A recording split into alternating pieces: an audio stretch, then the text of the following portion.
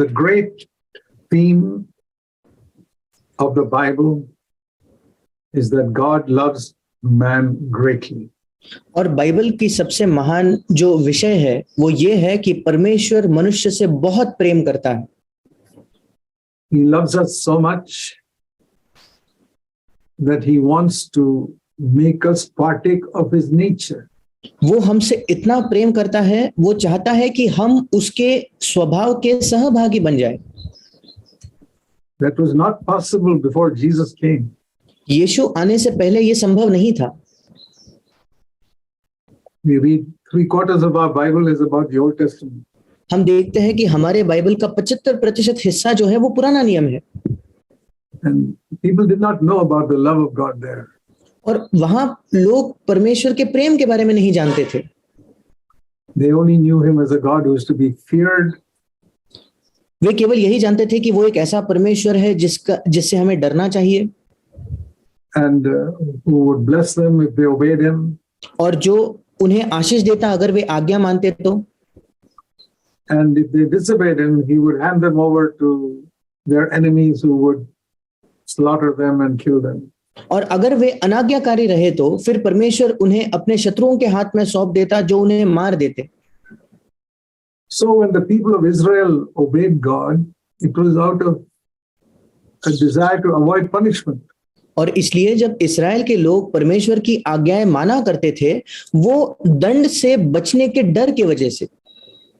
Just like a child in your home, if he knows that every time he disobeys, he's going to be punished. बिल्कुल वैसे जैसे एक छोटा बच्चा आपके घर में ये जानता है कि जब कभी वो बात नहीं मानेगा तो उसको दंड मिलने वाला है. So particularly when they are young, they obey because they don't want to be punished.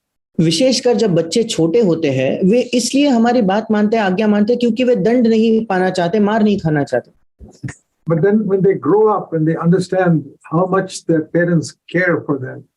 पर जब वे बड़े होते हैं और इस बात को समझ पाते हैं कि उनके माता पिता उनकी कितनी चिंता करते, देखभाल करते हैं. Then their obedience to their parents comes out of love.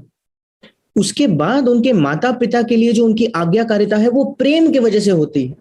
And out of gratitude for what the parents are doing for them. और उनके माता पिता उनके लिए क्या कर रहे हैं उसके प्रति की उनकी जो धन्यवाद की भावना होती है उसकी वजह से. Now, if you have a servant working in your home, your parents won't love your servant like they love the children. अगर आपके घर में कोई नौकर, कोई सेवक काम कर रहा है तो आपके माता पिता उस सेवक से वैसा प्रेम नहीं करते जैसे वो माता पिता अपने बच्चों से करते हैं. A master may be a very kind master and take care of his servants. एक स्वामी शायद बहुत ही भला और दयालु स्वामी हो सकता है जो अपने सेवकों का बहुत ध्यान रखता हो. But a child has a completely different relationship with the father. पर एक बच्चे का अपने पिता से संबंध बिल्कुल अलग होता है. Now, many of us may not have servants. अब हम में से कईयों के पास शायद सेवक नहीं होंगे. But you see, work in an office or a factory, the relationship between the boss and those who work under him. पर आप जहां काम करते हो आपके दफ्तर में एक बॉस होता है और उसके नीचे आप काम करते हो तो आपका उसके साथ कैसा संबंध है? That is not like a father-son relationship. वो संबंध एक पिता और बेटे के संबंध जैसा बिल्कुल नहीं है. All of you who work in a factory or an office, you're working to get a salary. आप सब जो किसी फैक्ट्री में, किसी दफ्तर में काम करते हो, आप काम करते हो ताकि आपको एक तनख्वाह मिले. And you go there on time and you work those 8 hours, not because you love those people, but because you need to earn some money. और आप वहां समय पर जाते हो, 8 घंटे अपना काम करते हो, इसलिए नहीं क्योंकि आप उन लोगों से प्रेम कर रहे हो, बल्कि इसलिए क्योंकि आप पैसा कमाना चाहते हो. And if you are faithful, they pay you and they may give you bonus and help you in so many ways.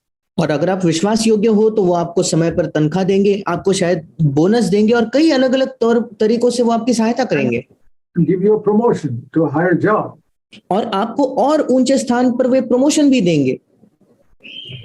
That is how it was in the Old Testament. पुराने नियम में बिल्कुल ऐसा ही था.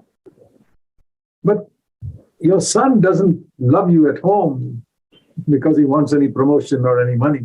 पर आपका बेटा आपके घर पर इसलिए आपसे प्रेम नहीं करता क्योंकि वो आपसे कोई प्रमोशन चाहता है या आपसे कोई पैसा चाहता है। Now, many people in the Old Testament had a wonderful relationship with God like a servant to a master. पुराने नियम में कई लोगों का परमेश्वर के साथ एक अद्भुत संबंध था, बिल्कुल वैसे जैसे एक सेवक का अपने स्वामी के साथ होता है। It's like if in your office the master is a very, very kind person. सोचकर देखिए, अगर आपके दफ्तर में आपका जो स्वामी है, आपसे ऊपर काम करने वाला बहुत दयालु और बहुत भला व्यक्ति है, तो Very kind to you and you work faithfully for him. वो आपके प्रति बहुत दयालु है और आप उसके लिए पूरी विश्वास योग्यता से काम करते हो। And he pays you regularly and takes care of your medical needs, everything. और वो आपको बिल्कुल नियमित तौर पर आपकी तनख्वाह देता है और आपके सारे खर्च, आपके दवाई के खर्च भी वो उठाता है। Supposing he is so good that he even pays your house rent सोचकर देखिए, वो इतना भला है कि वो आपका घर का किराया भी भरता है and allows you free transport to come to the office. और आपको हर दिन ऑफिस में आने जाने के लिए भी वो उसकी मुफ्त सेवा उपलब्ध कराता है। You'll say, what a kind master that is. फिर आप कहोगे, क्या ही भला स्वामी है ये मेरा। But still, it's not a relationship like you have with your own children. पर उसके बावजूद भी वो संबंध वैसा संबंध नहीं होगा जैसा आपका आपके बच्चों के साथ है। So in these two pictures, we have a difference. See the difference between Old Testament people and New Testament people. और इन दो चित्रों में, इन दो उदाहरणों में हम एक चित्र देखते हैं कि पुराने नियम के लोग और नए नियम के लोगों में क्या अंतर है। Think of wonderful godly men in the Old Testament like Abraham. सोचकर देखिए कैसे अद्भुत ईश्वरीय जन होते थे परमेश्वर के पुराने नियम में, अब्राहम के जैसे, Or Elijah and Elisha, the prophets. या एलिया और एलिशा जो नबी थे। They were much used by God. वो परमेश्वर के द्वारा अधिक इस्तेमाल किए गए। But there's one thing they could not have. They could But- not know God as a father. पर एक चीज थी जो उनके पास हो ही नहीं सकती थी, वे परमेश्वर को एक पिता के तौर पर नहीं जानते थे। The second thing which they could not have is to overcome their sinful habits. दूसरी चीज जो उनके पास नहीं थी वो ये था कि वो अपने पापी आदतों पर विजय नहीं पा सकते थे। They would make mistakes and sin, and God would always forgive them if they asked for forgiveness. वे गलतियां करते थे और पाप करते थे और परमेश्वर हमेशा उन्हें क्षमा करता था अगर वे क्षमा मांगे तो। But in the New Testament, it is so different पर नए नियम में बिल्कुल अलग है that God has promised us not only forgiveness, but promised to give us power to overcome sin. कि परमेश्वर ने न केवल हमें क्षमा करने का वायदा किया है, पर उसने हमें यह भी वायदा दिया है कि वो हमें पाप पर विजय पाने की सामर्थ्य देगा। So now we must all examine ourselves. Are you an Old Testament Christian or a New Testament Christian? और इसलिए अब हम सबको ये जांच कर देखना है कि क्या आप एक पुराने नियम के मसीही हो या एक नए नियम के मसीही हो। Now, in the Old Testament, there were no Christians, we know. अब हम जानते हैं कि पुराने नियम में कोई मसीही नहीं थे, But there are many Christians today who operate in the spirit of the Old Testament. पर आज कई मसीही लोग हैं जो पुराने नियम की आत्मा में जीते हैं या काम करते हैं। They are good people, वे अच्छे भले लोग हैं, but they are like the good people in the Old Testament. पर वे उन ईश्वरीय लोगों की तरह है जो पुराने नियम में थे। They obey God out of fear. वे डर की वजह से परमेश्वर की आज्ञाएं मानते हैं, Not out of a fervent love for God. परमेश्वर के प्रति एक तीव्र प्रेम की वजह से वो नहीं मानते। And very often the reason is because such people have not understood God's great love for them. और कई बार इसका कारण ये होता है कि ऐसे लोगों ने परमेश्वर का उनके प्रति जो महान प्रेम है उसे नहीं समझा है। In the New Testament, God uses the picture of father and son and husband and wife. नए नियम में परमेश्वर ने पिता और पुत्र और पति पत्नी का रिश्ता इसका उदाहरण दिया है। God is a father and we are his children. परमेश्वर एक पिता है और हम उसके बच्चे हैं, And he wants us to be towards him just like a good earthly child would be towards his earthly father. और परमेश्वर चाहता है कि हमारा उसके साथ संबंध बिल्कुल वैसा हो जैसे एक अच्छा इस पृथ्वी का बेटा या बेटी अपने पिता के साथ संबंध रखता है। Not like a servant working in a factory or an office or in your home. एक सेवक की तरह नहीं जो किसी दफ्तर में किसी फैक्ट्री में काम करता है या आपके घर में काम करता है। So, my dear brothers and sisters, that is the question I want to ask you. और इसलिए मेरे प्रिय भाई और बहनों, ये प्रश्न मैं आपसे पूछना चाहता हूं, Is your relationship with God one where you are really secure in His love for you? क्या परमेश्वर के साथ आपका संबंध इस प्रकार का है जहां परमेश्वर का आपके लिए जो प्रेम है उसमें आप बिल्कुल सुरक्षित महसूस करते हो? Or do you feel that God is sometimes looking at you with anger? या आप ये महसूस करते हो कि कभी कभी परमेश्वर बड़े गुस्से से आपको देख रहा है And then you do something to please Him? और फिर आप कुछ ऐसा करते हो जिससे शायद वो प्रसन्न हो जाए? You know, there are so many people among Christians who feel that they can make God happy by giving money. और मसीही लोगों के बीच ऐसे कई लोग हैं जो ये सोचते हैं कि वे परमेश्वर को खुश कर सकते हैं पैसा देने के द्वारा। Now, in the Old Testament, it was true अब पुराने नियम में ये सच था that God told them to give 10% of their income to God. कि परमेश्वर ने कहा था उन्हें जो भी मिलता था उसमें से 10% वे परमेश्वर को दे।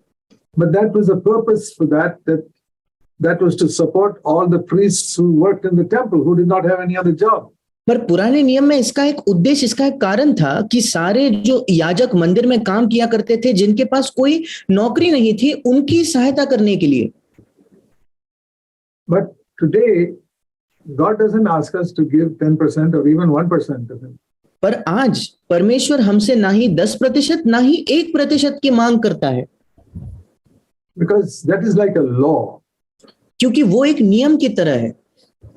See, supposing a son is staying with his parents, but he's working. सोच कर देखिए, कोई बेटा है, कोई पुत्र है जो अपने माता पिता के साथ रहता है पर वो काम भी कर रहा है, Working in an office. वो किसी दफ्तर में जाकर काम करता है And the parents are poor.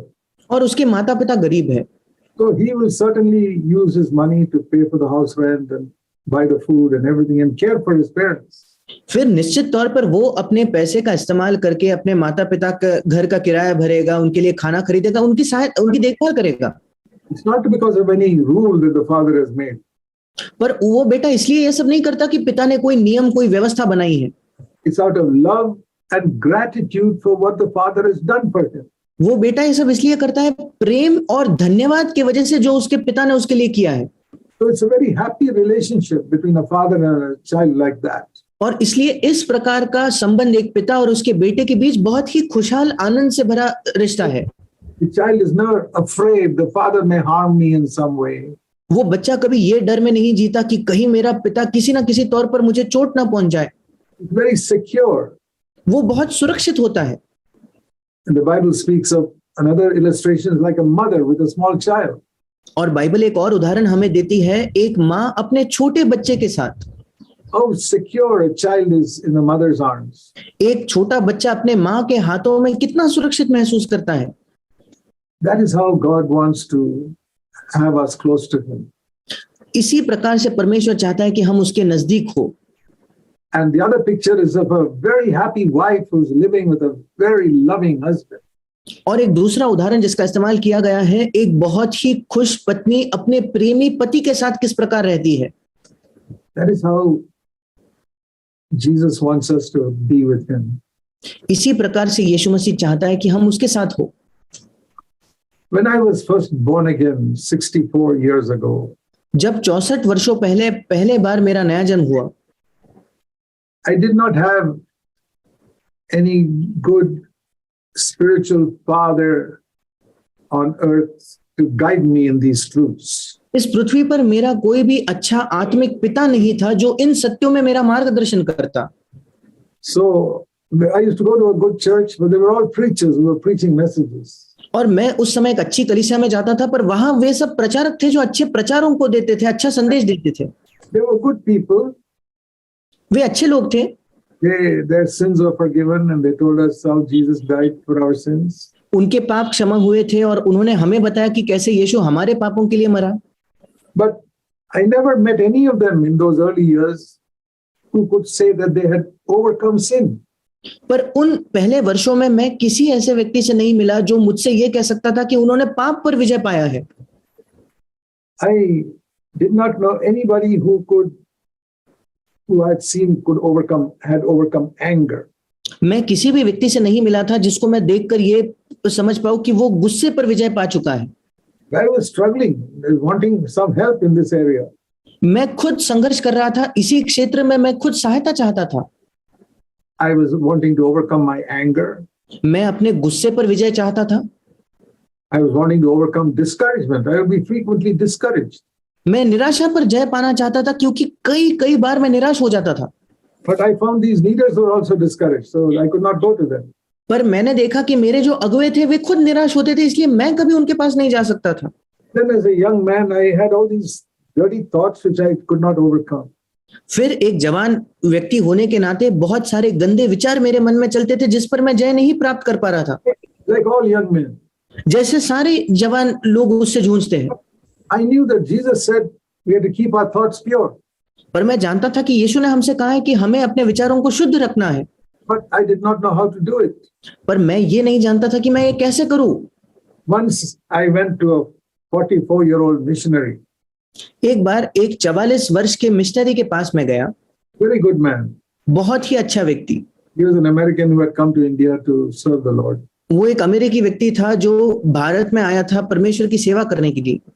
I was a young unmarried man. मैं तब एक जवान अविवाहित पुरुष था। And I said, brother, can you tell me how to overcome these dirty thoughts? और फिर मैंने उससे कहा, भाई क्या तुम मुझे बता सकते हो कि इन गंदे विचारों पर कैसे हम विजय प्राप्त करें? He never gave me an answer. और उसने मुझे कभी उत्तर नहीं दिया। He changed the subject and began to talk about something else. उसने विषय बदल दिया और किसी और ही बात के बारे में वो बात करने लगा। He was a very good Bible teacher. वो बहुत ही अच्छा एक बाइबल का शिक्षक था। But what I needed was that time was not Bible teaching. What I needed was how to keep my thoughts pure. पर उस समय मेरी आवश्यकता ये नहीं थी कि मुझे बाइबल से शिक्षा दी जाए, पर यह आवश्यकता थी कि मैं अपने विचारों को शुद्ध कैसे रखूं। And I felt like an orphan with nobody to help me in this area. और उस समय मैंने अपने आप को बिल्कुल एक अनाथ की तौर पर पाया, जहां मेरे पास कोई नहीं है जो मेरी इस क्षेत्र में सहायता कर सके। And so very often in my room I would sit down discouraged. और इसलिए कई बार मेरे कमरे में मैं निराश होकर बैठता था। I didn't know whom to go to. मैं नहीं जानता था कि मैं किसके पास जाऊं। I never heard of anyone who was preaching about the ability to overcome sin. मैंने कभी किसी को ये प्रचार करते हुए नहीं सुना कि पाप पर विजय पाने की क्षमता कैसे पाए। Nowadays you can go to YouTube and look for messages. इन दिनों आप YouTube पर जाकर कई प्रचार सुन सकते हैं। So even if there's nobody in your town, you can listen to a message on YouTube. और इसलिए अगर आपके शहर में कोई इन सत्यों को नहीं प्रचार करता, उसके बावजूद आप YouTube पर इन संदेशों को सुन सकते हो। Now, many people have told me that they heard about victory over sin first time by listening to me on YouTube message. क्योंकि कई लोगों ने मुझे बताया है कि उनके जीवन में पहले बार उन्होंने पाप पर विजय पाने के संदेश को मेरे द्वारा YouTube पर सुना। From many countries I've heard that. और कई अलग-अलग देशों से मैंने ये सुना है। But they were wanting victory over sin, and they went to YouTube and got a message. और वे खोज रहे थे, वो अपने एक इच्छा थी उनके हृदय में कि पाप पर विजय कैसे पाए। वे YouTube पर गए और उन्हें एक संदेश मिला। But when I was seeking God, I didn't know where to go. पर जब मैं परमेश्वर को ढूंढ रहा था इस मामले में, मैं नहीं जानता था मैं कहाँ जाऊं। So I was defeated and defeated and defeated. और इसलिए मैं हारा हुआ था। But I would always confess my sin and say, Lord, please forgive me. पर मैं हमेशा अपने पाप को कबूल करके कहता था, प्रभु मुझे क्षमा कर। All my external life, I kept absolutely pure. मेरा सारा बाहरी जीवन जो था, मैंने उसको पूर्ण तौर पर शुद्ध रखा। I used to read the Bible every day in the morning. मैं प्रतिदिन सुबह बाइबल पढ़ता था। Kneel down by my bed and pray when I got up.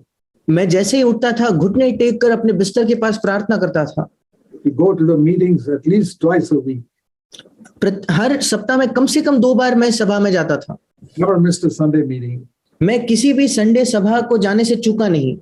I gave 20-25% of my income for God's work. और मेरी जो आय थी उससे 20-25% मैं परमेश्वर के काम को देता था। All those things I did. ये सारी चीजें मैंने की। I would give Bibles to poor people who didn't have Bibles मैं गरीब लोगों को बाइबल देता था जिनके पास बाइबल नहीं थे, and help many poor people financially. और कई गरीब लोगों को आर्थिक तौर पर मैं सहायता करता था, Because those days I had a very good job with a good money in the military. क्योंकि उन दिनों में मेरे पास बहुत अच्छी नौकरी थी, क्योंकि मैं सेना में काम करता था। But the one thing I lacked was I could not overcome sin in my life. पर एक चीज जिसकी जो मेरे जीवन की कमी थी वो ये थी कि मैं अपने जीवन में पाप पर विजय नहीं प्राप्त कर रहा था। I did not know Jesus as a personal friend who's with me all the time wherever I go. मैं यीशु मसीह को एक व्यक्तिगत मित्र के तौर पर नहीं जानता था जो हर समय मेरे साथ है, हर समय मेरे साथ चलेगा। And then if something went wrong, I would have some doubts. Is God angry with me? Does he love me? और फिर अगर मेरे जीवन में कुछ गलत होता था तो तुरंत मेरे मन में यह शक होता था, संदेह होता था कि क्या परमेश्वर मुझसे प्रेम करता है, क्या वो मुझसे गुस्सा है क्या। Now what I said about myself may be the experience of many of you today who are listening to me. अब जो मैंने आज कहा शायद वो आप में से कईयों का अनुभव होगा जो मुझे सुन रहे हो। I want to tell you, my life is not like that today. पर मैं आपको बताना चाहता हूं कि आज मेरा जीवन वैसा नहीं है। My life is completely changed. मेरा जीवन पूर्ण तौर पर बदल चुका है। And I can stand before God and tell you the truth. और मैं परमेश्वर के सामने खड़े होकर आपको सत्य बता सकता हूं। Oh, God delivered me. कैसे परमेश्वर ने मुझे छुटकारा दिया, Made my thought life pure. मेरे विचारों के जीवन को शुद्ध बनाया, Helped me to overcome my anger. मेरी सहायता की मेरे गुस्से पर जय पाने पर, And delivered me from discouragement totally. और पूर्ण तौर पर निराशा से मुझे स्वतंत्र कर दिया। I never get discouraged now. अब मैं कभी निराश नहीं होता। Only things may go wrong. It doesn't matter. कई चीजें गलत हो सकती है, मुझे कोई उससे फर्क नहीं पड़ता। And our home life is so peaceful throughout the year. और हमारा घर का, मेरा पारिवारिक जीवन इतना शांतिपूर्ण हो चुका है पूरे वर्ष भर। No raising the voice or fighting or anything. कोई चीखना चिल्लाना नहीं, कोई झगड़ा करना नहीं। And I say, Lord, what I missed in my younger days, I want to share with all of God's people today. और मैं कहता हूं, प्रभु, जिन चीजों से मैं अपने जवानी के दिनों में चूक गया, मैं परमेश्वर के सारे लोगों के साथ उन चीजों को बांटना चाहता हूं। I don't want people to waste their younger days like I did. मैं नहीं चाहता कि लोग उनके जवानी के दिन वैसे व्यर्थ गवा दे जैसे मैंने गवाए। And I found that the secret of it was to understand how much God loved me. और मैंने पाया कि सारे चीजों का रहस्य ये था कि मैं इस बात को समझूं कि परमेश्वर ने मुझसे कितना प्रेम किया है। See, many of us know this verse in John 3:16. हम में से कई लोग इस वचन को जानते हैं, यूहन्ना 3:16। It is the most well-known verse in the Bible. Bible से सबसे जाना माना वचन यही है। God so loved the world that he gave his only begotten son, that whoever believes in him does not perish but have eternal life. परमेश्वर ने जगत से ऐसा प्रेम रखा कि उसने अपना इकलौता पुत्र दे दिया ताकि जो कोई उस पर विश्वास करे वो नष्ट न हो परंतु अनंत जीवन पाए। Now, the most important statement there is how much God loved the world. और यहाँ सबसे महत्वपूर्ण कथन यह है कि परमेश्वर ने जगत से कितना प्रेम किया। And the world was not full of obedient people, but full of disobedient people. और ये जगत ऐसे आज्ञाकारी लोगों से नहीं भरा था, बिल्कुल, बल्कि अनाज्ञाकारी लोगों से भरा हुआ था। That God loved disobedient people so much और परमेश्वर ने अनाज्ञाकारी लोगों से इतना प्रेम किया that he did not punish them for their disobedience, कि उनके अनाज्ञाकारिता के लिए उसने उन्हें दंड नहीं दिया, but came down in the person of Jesus Christ पर यीशु मसीह के तौर पर वो इस पृथ्वी पर आया as a man मनुष्य बनकर, and took the punishment for us. और हमारे पापों का दंड उसने खुद अपने आप ले लिया। So I used to get little pictures in my mind. और मैं अपने मन में ऐसे चित्र, ऐसे उदाहरण सोचता था। Jesus would use many illustrations to explain a point. यीशु मसीह भी कई चित्रों का इस्तेमाल करता था एक बात को समझाने के लिए। So here is one picture I got. और यहाँ एक दृष्टांत या एक चित्र मैंने पाया when I was young, जब मैं जवान था, that I have done some big crime. कि मैंने कोई बहुत बड़ा अपराध किया है। maybe I robbed a bank of some many crores of rupees शायद मैंने किसी बैंक में कई करोड़ रुपए की चोरी की है and I'm taken to court. और मुझे न्यायालय में लिया जाता है And sitting in the judge's seat is my own father. और वहां न्यायाधीश के स्थान पर मेरा पिता बैठा है. He loves me very much, वो मुझसे बहुत प्रेम करता है but he's a judge. पर वो एक न्यायाधीश है. He cannot say, okay, you're forgiven, you can go. वो ये नहीं कह सकता कि चलो ठीक है मैं तुम्हें क्षमा करता हूं, तुम जा सकते हो. He has to give me the full punishment of the law. उसे नियम कानून के अनुसार मुझे पूर्ण दंड देना होगा. So he says, I'm guilty.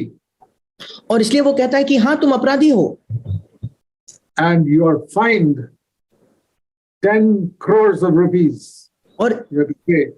और इसलिए दंड के तौर पर तुम्हें 10 करोड़ रुपए भरने होंगे. So where do I have 10 crores of rupees? I don't even have 1,000 rupees in my bank account.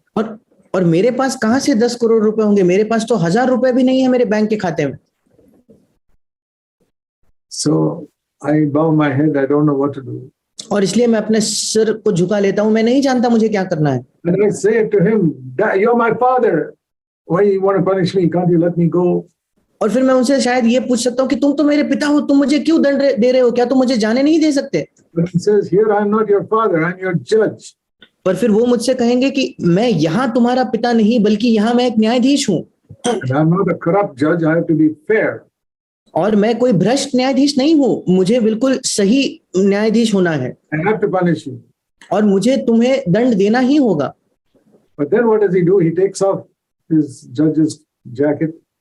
और फिर वो क्या करता है? अपने न्यायाधीश का जो वो उन वस्त्र को वो उतारता है. And he comes down to me. और वो नीचे मेरे पास आता है. And he writes out a check of his own money, 10 crores rupees. और फिर अपने खुद के पैसे में से वो 10 करोड़ रुपए का एक चेक लिखता है. He says, here you are, my son. Go and pay the fine and go home. You're free. और फिर वो मुझसे कहता है कि बेटे इस चेक को लो, जाकर अपने दंड को भर दो और फिर तुम स्वतंत्र हो. This is a picture the Lord gave me when I was a young 20-year-old person just accepted Christ. ये एक चित्र प्रभु ने मुझे दिया जब मैं एक जवान 20 वर्ष का लड़का था जिसने अभी-अभी मसीह को स्वीकार किया था. Now after nearly 64 years, I've never forgotten that illustration. अब 64 वर्षों बाद मैं उस दृष्टांत को कभी नहीं भूला हूँ. I still feel that way. मुझे आज भी वैसा ही महसूस होता है. And God is like that. और परमेश्वर ऐसा है. Just because he loves me, he cannot say, okay, I won't punish you. सिर्फ इसलिए क्योंकि वो मुझसे प्रेम करता है, वो मुझसे ये नहीं कह सकता कि मैं तुम्हें दंड नहीं दूंगा. He has to say, you have to be punished because I'm a judge. वो कहता है कि मुझे तुम्हें दंड देना ही होगा क्योंकि मैं एक न्यायाधीश हूँ. But then, like my father takes off the judge's cloak and comes down. पर फिर बिल्कुल मेरे पिता की तरह जो उस न्यायाधीश के वस्त्र को उतार कर मेरे पास एक मनुष्य बनकर आता है. That God came down to me. वैसे ही परमेश्वर मेरे पास नीचे आया. He said, I will pay your punishment. और वो कहता है कि मैं तुम्हारे दंड को लूंगा. And that is what happened on the cross. और क्रूस पर यही हुआ. It is such a simple message. ये इतना साधारण सा संदेश है. There is no religion in the world that teaches such a message. पूरे संसार में कोई धर्म नहीं है जो ऐसा संदेश सिखाता हो. Many people will say, oh, God is a good God. You just ask him to forgive you, he'll forgive you. कई लोग कहते हैं हाँ परमेश्वर तो एक अच्छा परमेश्वर है, जब तुम उससे माफी मांगोगे तो वो तुम्हें माफ करेगा. That's like telling me when I go to court, the judge is your father, he'll forgive you.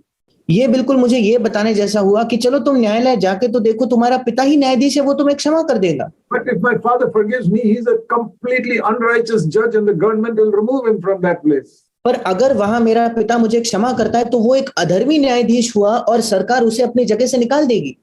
So all these religions that teach that God is good, God is loving, he'll forgive you, then they are saying God is not just and righteous. और इसलिए सारे धर्म जो कहते हैं परमेश्वर अच्छा है, परमेश्वर कितना दया करता है, वो आपको क्षमा करेगा, वो ये कह रहे हैं कि परमेश्वर धर्मी नहीं है.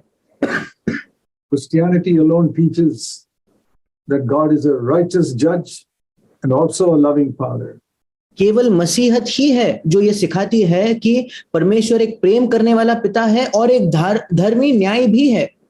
And we don't know how much Jesus suffered on the cross. और हम ये नहीं जानते कि यीशु मसीह ने उस क्रूस पर कितनी पीड़ा सही. You know, we think the worst punishment of the cross is all the nails and the crown of thorns on his head.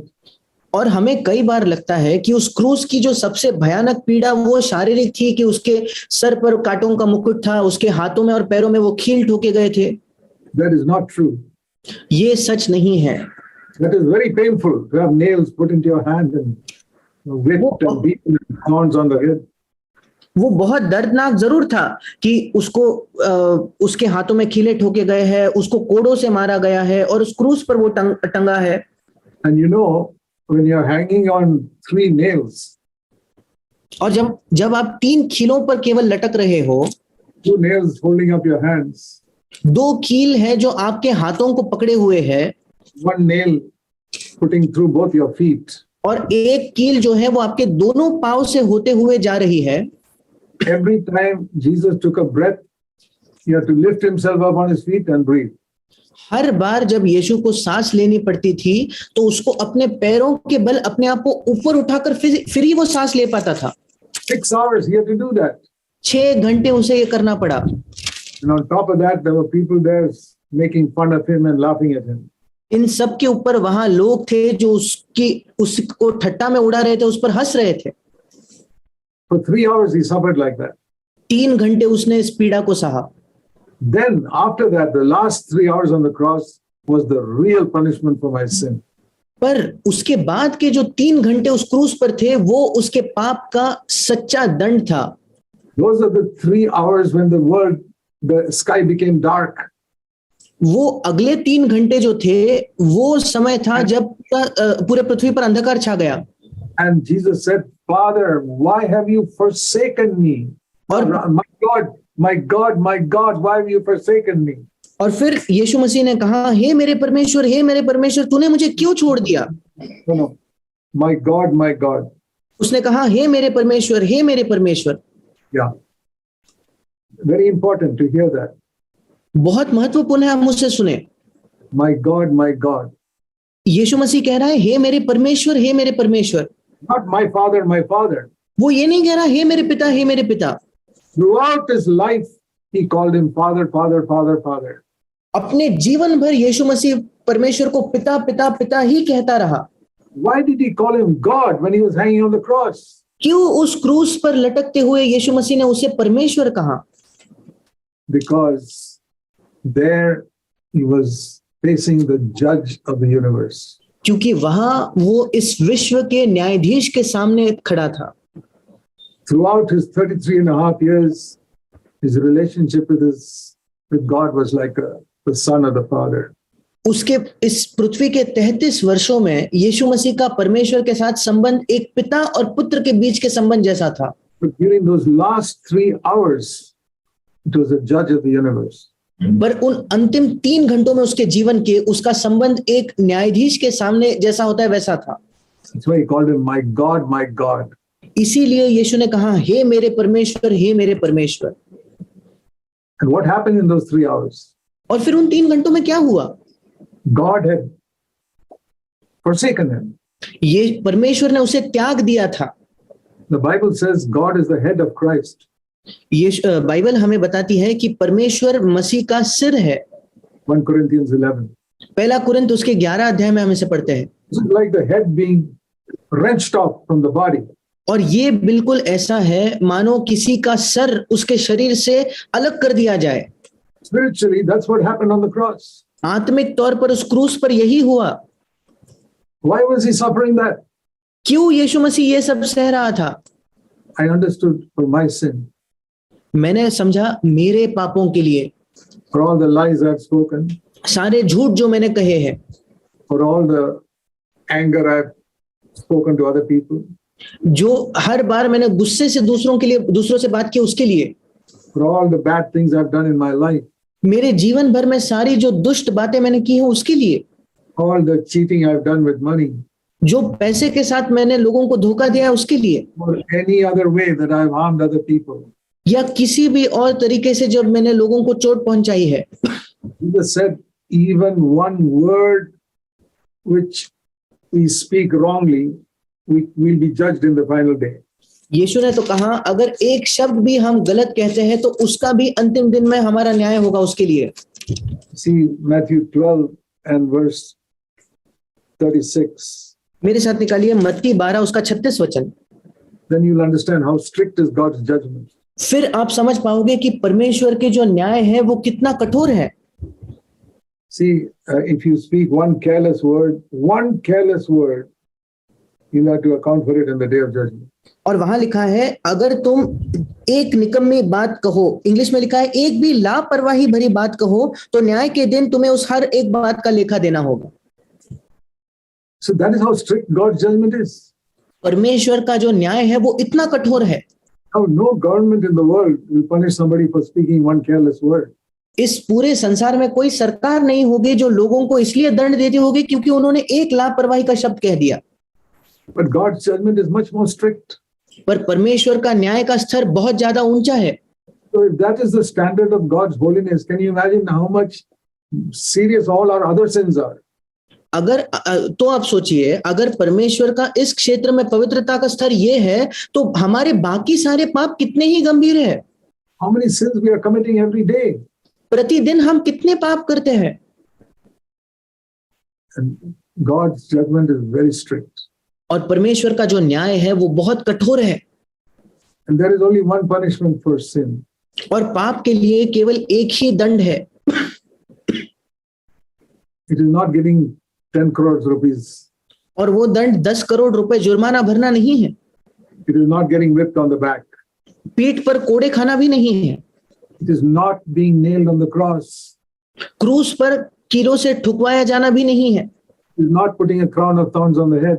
एक कांटों का मुकुट सिर पर डालना भी नहीं है। None of these are the punishment for sin. इनमें से कोई भी पाप का दंड नहीं है। Jesus could have suffered all that and the punishment for my sin is not paid still. ये संभव था कि यीशु मसीह इन सारे दर्दों को सहकर भी उसने मेरे पाप का दंड न चुकाया हो। But those last 3 hours when the Father cut off his connection with him, that is when he took the punishment for my sin. पर वो अंतिम 3 घंटे जब पिता ने यीशु के साथ अपने संबंध को काट दिया वो मेरे पापों का दंड है। That 3 hours he went to hell. वो 3 घंटे में यीशु नर्क गया। You know what hell is? क्या आप जानते हो नर्क क्या है? It's not just some place like Delhi or Bombay or something like that. नर्क कोई जगह नहीं है जैसे दिल्ली हुई, मुंबई हुई। When you're cut off with all connection with God, that is hell. जब परमेश्वर के साथ आपका सारा संपर्क काट दिया जाता है वो है नर्क। Nobody on earth experiences it. इस पृथ्वी पर कोई नहीं है जिसने इसका अनुभव किया है। But when people die without Christ, immediately they experience hell. पर जब भी लोगों बिना मसीह के उनकी मृत्यु होती है तुरंत वे नर्क का अनुभव करते हैं। What happens? क्या होता है? You're cut off from God. आप परमेश्वर से पूर्ण तौर पर काट दिए जाते हो। Jesus pictured it like burning in the fire. और यीशु ने उसका चित्रण इस प्रकार से किया मानो आप आग में जल रहे हो। And with worms biting all over our body. और सारे कीड़े जो है हमारे शरीर में हमें काट रहे हैं। These are only pictures. ये केवल चित्र है। The actual reality is much worse. जो असली वास्तविकता है वो इससे बहुत ज्यादा बदतर होगी। The punishment for sin is hell. पाप का जो दंड है वो नर्क है। Not death. मृत्यु नहीं। Spiritual death, which is hell. आत्मिक मृत्यु जो नर्क है। See, physical death is not the punishment for sin. देखिए शारीरिक मृत्यु जो है वो हमारे पाप का दंड नहीं है। Because think of this. इसके बारे में सोचकर देखिए। If physical death is the punishment for my sin, अगर मेरे पापों का दंड केवल शारीरिक मृत्यु होती तो then when I die at the end of my life, I say, Lord, I'm paying the punishment. I'm dying. तो फिर मेरे जीवन के अंत में जब मेरी मृत्यु होती फिर मैं प्रभु से कह पाता कि प्रभु देखो मैंने तो दंड चुका दिया। Then I can go to heaven. फिर उसके बाद मैं स्वर्ग जा सकता हूँ। Everybody who dies will go to heaven. हर एक व्यक्ति जिसकी मृत्यु होगी वो स्वर्ग जा सकता था। If death is the punishment for sin. अगर पाप का दंड केवल मृत्यु होती तो You understand what I'm saying? क्या आप समझ पा रहे हो मैं क्या कह रहा हूं? Let me repeat it. मैं उसे दोहराना चाहता हूं। If physical death is the punishment for your sin, then when you die at the end, you're paid the punishment. अगर शारीरिक मृत्यु मेरे पाप का दंड होता तो जब आपकी मृत्यु होती है And God will not punish you a second time. God will not punish you a second time. फिर परमेश्वर आपको दूसरी बार दंड नहीं देगा।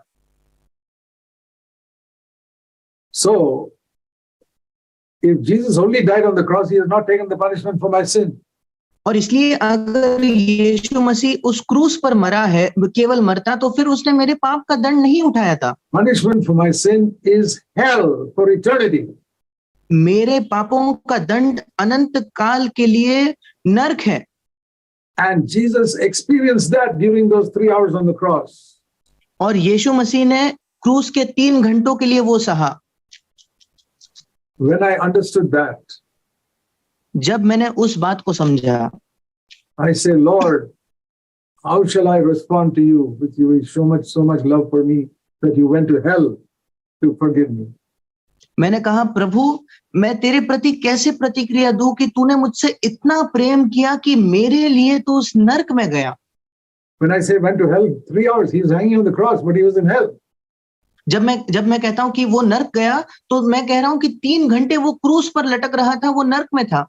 I told you, hell is not a physical place, it is being cut off from God. क्योंकि मैंने कहा कि नरक जो है वो कोई शारीरिक जगह नहीं है, वो एक ऐसी जगह है जहां आप परमेश्वर से अलग हो चुके हो। When you are cut off from God, you even lose your reasoning and your senses. और जब आप परमेश्वर से अलग हो जाते हो तो आपकी तर्क करने की क्षमता भी आप खो देते हो। That is why he says, God, why have you forsaken me? इसीलिए यीशु पूछ रहा है कि हे मेरे परमेश्वर, तूने मुझे क्यों छोड़ दिया? Oh, I can give the answer to that. उसका उत्तर तो मैं भी जानता हूं, मैं दे I सकता can हूं। say, Lord Jesus, you are being forsaken because of my sin. मैं वहां जाकर उससे कह सकता था कि प्रभु यीशु, मेरे पाप की वजह से आपको परमेश्वर ने छोड़ दिया है। Don't you know that? क्या आप ये भी नहीं जानते? 33 years on earth, you said that to everybody, that you're going to die for my sin. 33 वर्षों के लिए इस पृथ्वी पर आपने खुद लोगों को कहा कि आप मेरे पाप के लिए मरने वाले हो। Then why is he asking them, why have you forsaken me? फिर यीशु मसीह वहां क्यों पूछ रहा है कि तूने मुझे क्यों छोड़ दिया? I'll tell you. मैं आपको बताता हूं। Because when you go to hell, you even lose your reasoning power.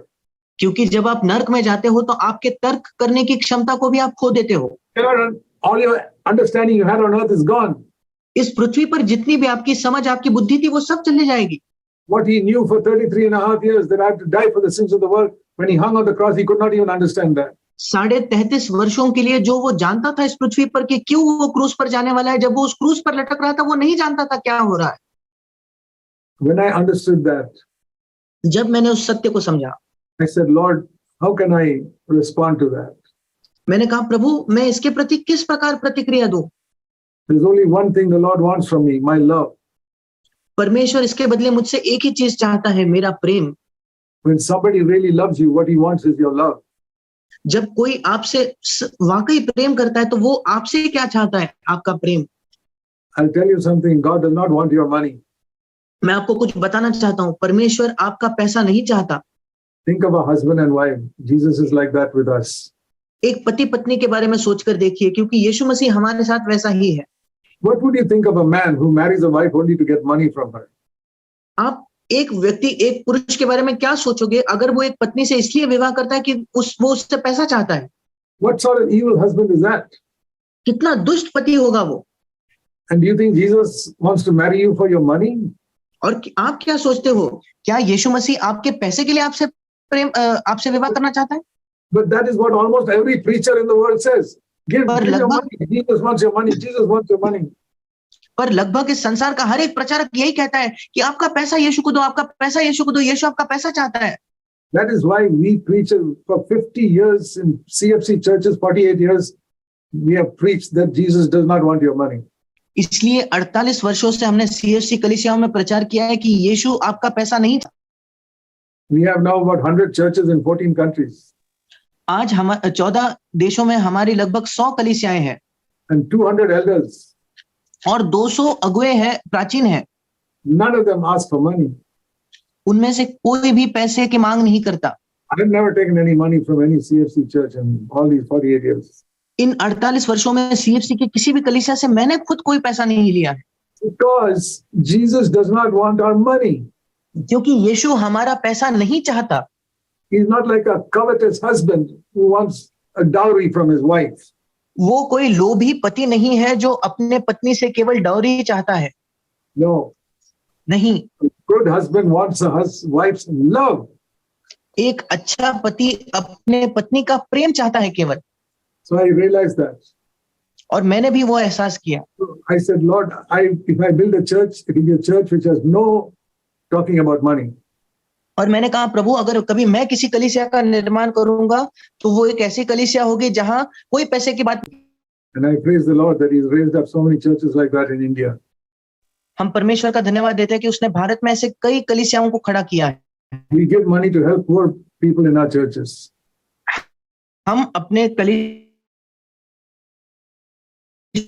में पैसे देते हैं गरीबों की सहायता करने के लिए।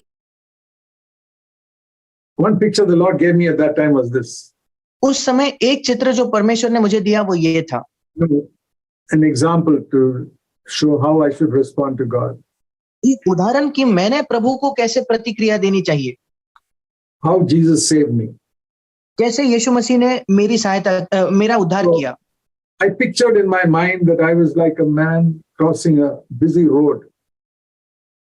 और मैंने अपने मन में देखा कि मैं एक व्यक्ति था जो किसी सड़क पर क्रॉस कर रहा हूं। It was only a story that came in my mind. ये एक कहानी है जो मेरे मन में आई। I'm crossing a road, and one big truck is coming. I don't see it coming.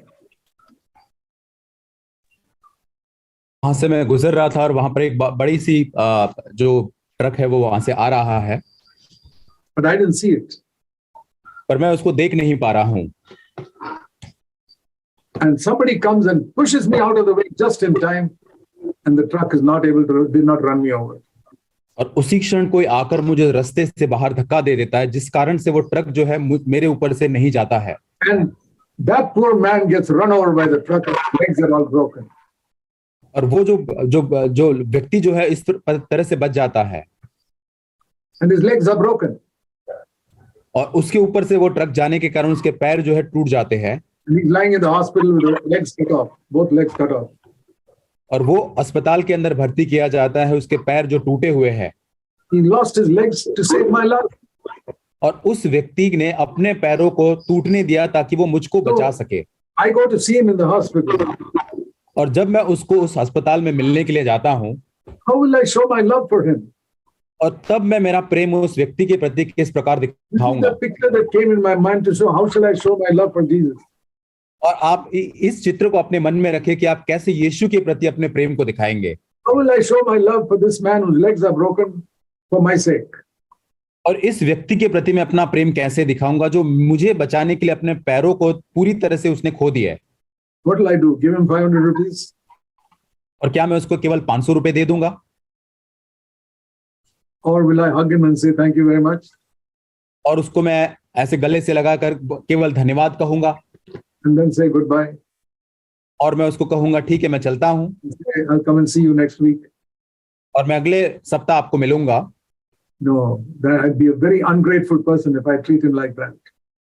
और यदि मैं ऐसा करता हूं तो मैं बहुत ही कृतज्ञ व्यक्ति हूं, बिल्कुल धन्यवादी व्यक्ति नहीं हूं। So, the picture came in my mind as a young man. और इस चित्र को मैं अपने मन में लाता हूं। I will tell that man who's lying in the hospital with his broken legs. और उस व्यक्ति को जिसने मेरे कारण अपने पैरों को पूरी तरह से गवा दी, उस व्यक्ति से मैं ये कहूंगा, I'll say, my dear brother, thank you for saving my life. प्रिय भाई, मेरी जान बचाने के लिए बहुत बहुत शुक्रिया। And now you're not able to work because you don't have legs. अब तुम्हारे पैर नहीं, इसलिए मैं जानता हूं कि आप काम नहीं कर पाओगे। And you are not able to go anywhere. और आप कहीं पर भी बाहर नहीं जा पाओगे। So here's my promise. और ये मेरा वायदा आपके लिए साथ है। I will buy a house for you to live. मैं आपके लिए घर खरीदूंगा आपके रहने के लिए। I will pay a servant to look after you.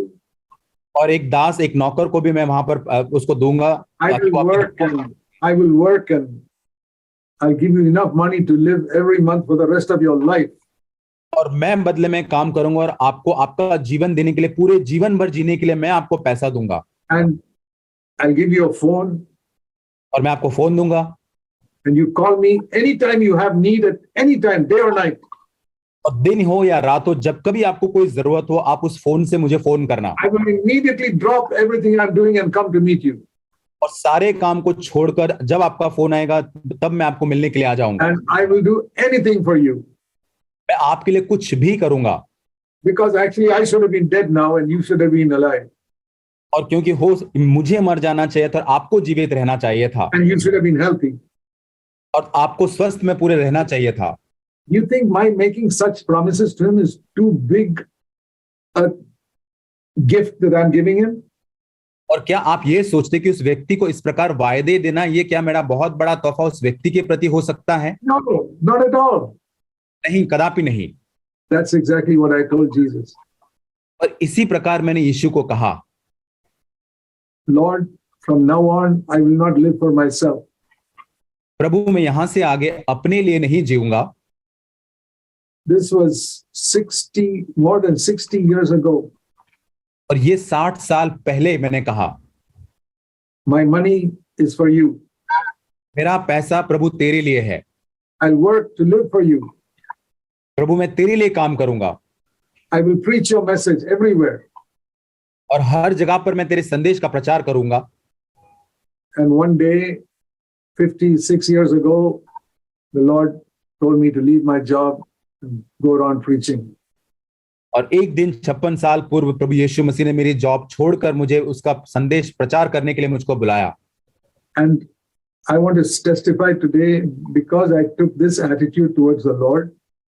और मैं आज गवाही देना चाहता हूं क्योंकि इस प्रकार का रवैया मनोभाव मैंने परमेश्वर के प्रति रखा, इसलिए I have a very close, happy, loving relationship with my Savior. अब मेरे उद्धारकर्ता के साथ बहुत ही आनंदित, बहुत ही नजदीकी का गहरा प्रेमी संबंध में रखता हूं। As soon as I wake up in the morning, जब कभी मैं सुबह उठता हूं, जब भी before I get out of bed, बिस्तर से उठने से पहले I talk to Jesus. मैं यीशु मसीह से बात करता हूं।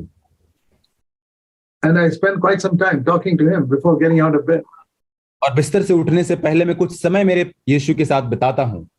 That is every day of my life is very happy because of that. और उसके कारण मैं हर एक दिन मेरे जीवन का बहुत ही आनंदित में रहा हूं।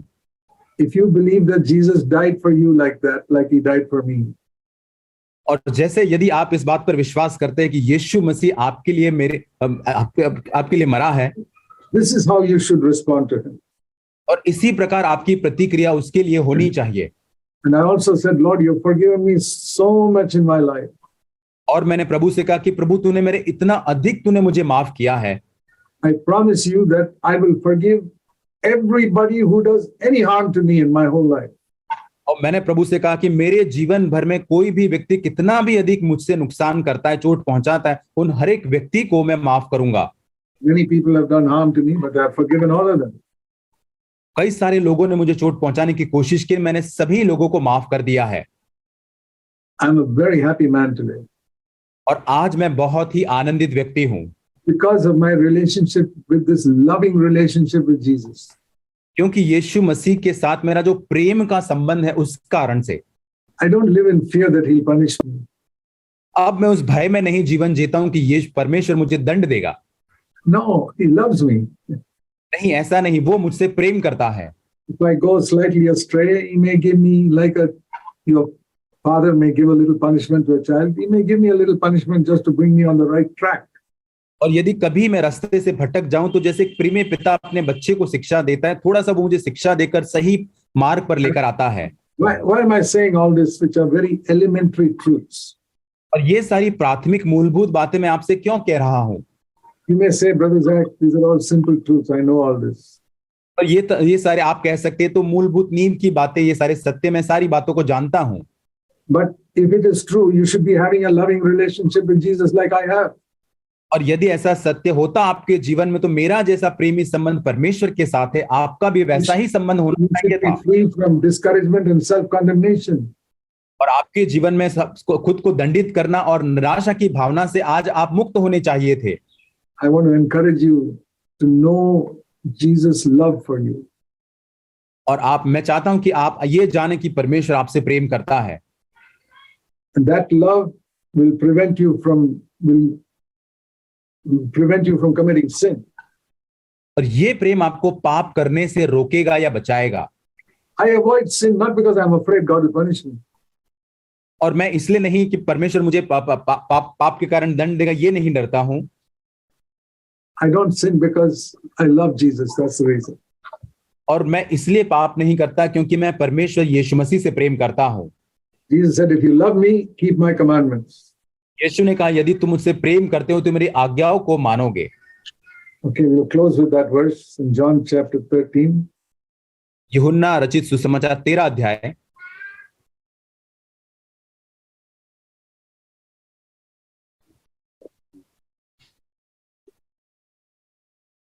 Sorry, John 14:15. माफ करना, यूहन्ना 14 उसका 15 वचन। If you love me, you keep my commandments. यदि तुम मुझसे प्रेम रखते हो तो मेरी आज्ञाओं को मानोगे। There's only one proof of our love for Jesus. और हमारा परमेश्वर के प्रति प्रेम का एक ही सबूत हो सकता है, We will obey everything he says. उसने जो कुछ कहा सारी बातों को हम मानेंगे। First of all, forgive everybody who has hurt you right now. सबसे पहले अभी इसी वक्त हर किसी व्यक्ति जिसने आपको चोट पहुंचाया उन सभी को आप माफ करें। Let me tell you the good news. God, Jesus does not want your money. और मैं आपको एक शुभ संदेश देना चाहता हूं कि परमेश्वर आपका पैसा नहीं चाहता है। He does not even want 1 rupee from you. आपका 1 रुपया भी उसको नहीं चाहिए। He owns all the silver and gold in the whole world. Why should he take 1 rupee from you? और सारा संसार का धन संपत्ति या सोना चांदी उसका, क्यों वो आपका 1 रुपया चाहेगा? He wants your love. परमेश्वर आपका प्रेम चाहता है। He wants to change your life. वो आपके जीवन को परिवर्तित या बदलना चाहता है। He will not do that without your permission. और वो आपकी अनुमति के बिना ऐसा नहीं कर सकता है। That's why he tells you at every step, don't do this or do this. और इसलिए वो आपको इन मार्गों को बताता है, ये आपको करना है, ये नहीं करना है। So listen to that voice in your conscience that tells you, don't do this or do this. और आपके विवेक में उस परमेश्वर की आवाज को आप सुने जो कहता है ये करना है या ये नहीं करना है। I pray that all of you will have a very happy, loving relationship with Jesus like I have.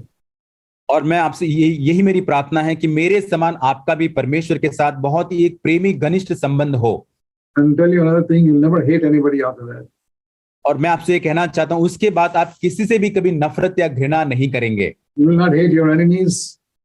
आपके शत्रु से आप घृणा नहीं करेंगे। You will not hate your mother-in-law. और आपके सासू जो है उनसे भी आप नफरत नहीं करेंगे। You will not hate anybody. आप किसी से भी नफरत नहीं करेंगे। The love of Jesus will flow through you. क्योंकि आपका परमेश्वर का प्रेम आपके द्वारा बहेगा। I pray that will be true for all of you. और मैं यही प्रार्थना करता हूं ये सभी के लिए सत्य ठहरे। There's a lot more in my heart. We'll talk about it in the evening. और मेरे हृदय में और भी सारी बातें हैं जो मैं आपके साथ शाम को साझा करूंगा। So we pray. आइए हम प्रार्थना करें। Heavenly Father, स्वर्गीय पिता, we thank you for your love for us. धन्यवाद तेरा प्रेम जो हमारे लिए उसके लिए। And thank you also, Lord, for watching over us. धन्यवाद हमारी तरफ अपनी नजर को हमेशा रखने के लिए। For all these brothers and sisters who were able to hear your word today. और हर एक भाई बहन जो आज तेरे वचन को सुन रहा है, Bless them. उनको आशीष दे। Help them to know your love उनको तेरा प्रेम जानने के लिए सहायता कर and to respond to you in love. और प्रेम में होकर तुझे प्रतिक्रिया वे दे सके। To understand a little bit of how much you suffered in hell for 3 hours on the cross. और उस क्रूस के ऊपर 3 घंटे तक उस नरक की क्या वेदना तूने सही, उसको समझने के लिए इन सभी की सहायता कर। We shall be grateful to you till the end of our lives. ताकि हमारे जीवन के अंत तक हम धन्यवादी बने रहे। Pray in Jesus' name. यीशु मसीह के नाम से प्रार्थना मांगते हैं। Amen.